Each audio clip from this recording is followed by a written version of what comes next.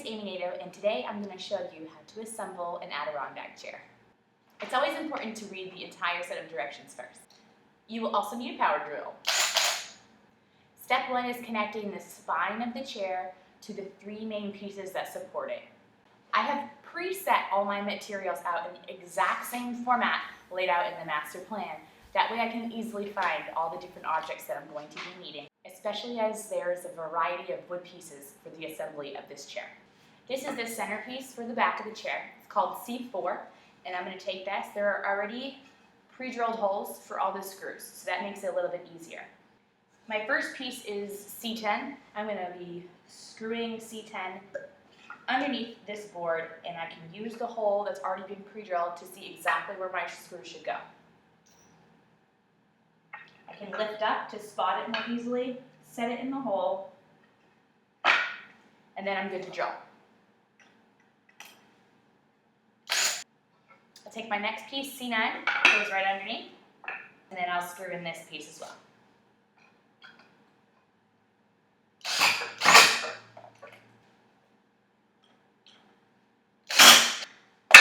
And I've got the spine of my chair. Next, I'll be screwing all the back slats for the back of the chair. I start with both of the outside pieces first, and then I work my way inside. For this one, I'm going to start drilling at the top because there are 2 screws that attach in the top.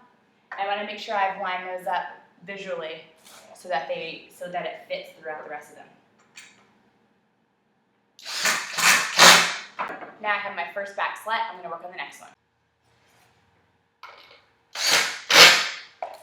Here it is, it's coming right along. I'm going to put the last 4 pieces in, and then I'll have this whole piece finished.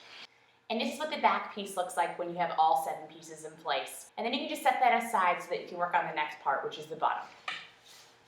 For the base, you need to take the 2 base pieces and line them up. There are already pre-cut holes so that you can insert the base piece, which goes in like this.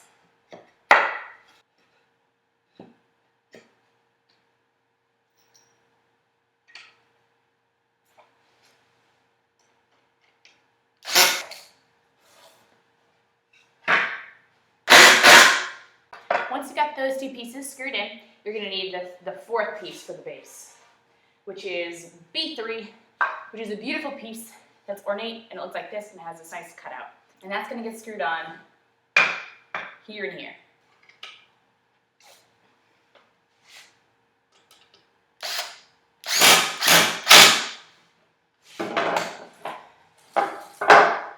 And then your base piece is set.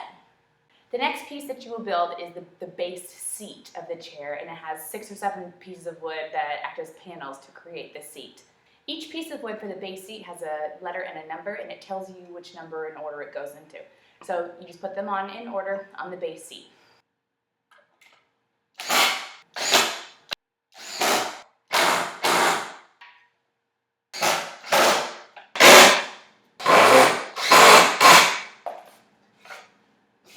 And now your base seat is complete. To attach the front legs, you have to use C-bolts.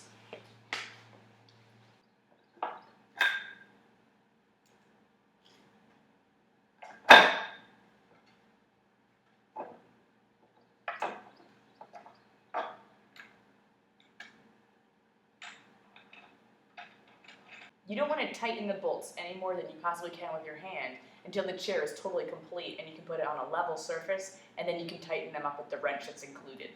The next piece is tricky because you have to attach the front crossbeam to the 2 legs that are swinging, and you have to screw it in at the same time. It's best achieved by flipping the whole chair over and doing it upside down.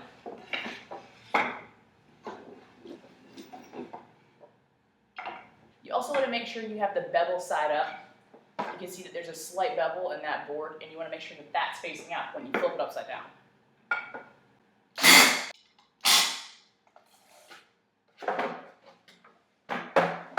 Now you can see the base of your chair coming together. You're going to put the base aside so that you can build the 2 arm pieces. This is what the arm pieces look like once they're assembled. Make sure that the hole that they have for you to use later matches up with the curved part of the arm. Next, you're going to be putting on the folding brackets. This can be a little bit tricky.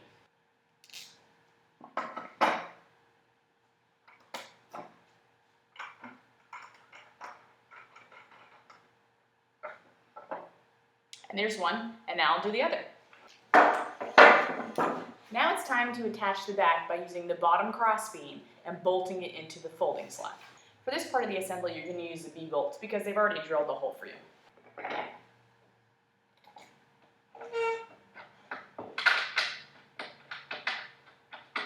What's nice about this design is that it folds, so it's very easy to assemble together.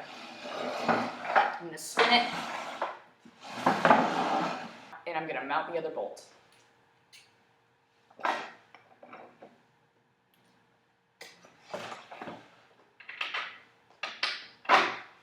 Now it's time to add the arms. The arms are also bolted in using the B-bolts.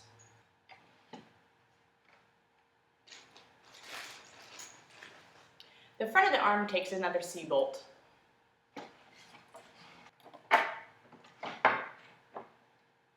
It's important to make sure that the bolt head goes on the outside of the chair, because if you have it on the inside, it's something that your leg will scrape up against. Chair is almost assembled. The last thing we're going to put are the armrest pieces. And it's done. Make sure before you sit in your Adirondack chair that you take it to a level surface before you tighten all the bolts, and then you get to enjoy your Adirondack chair. I hope this video was helpful. If you thought it was, please check out some of my other videos. Have a great day.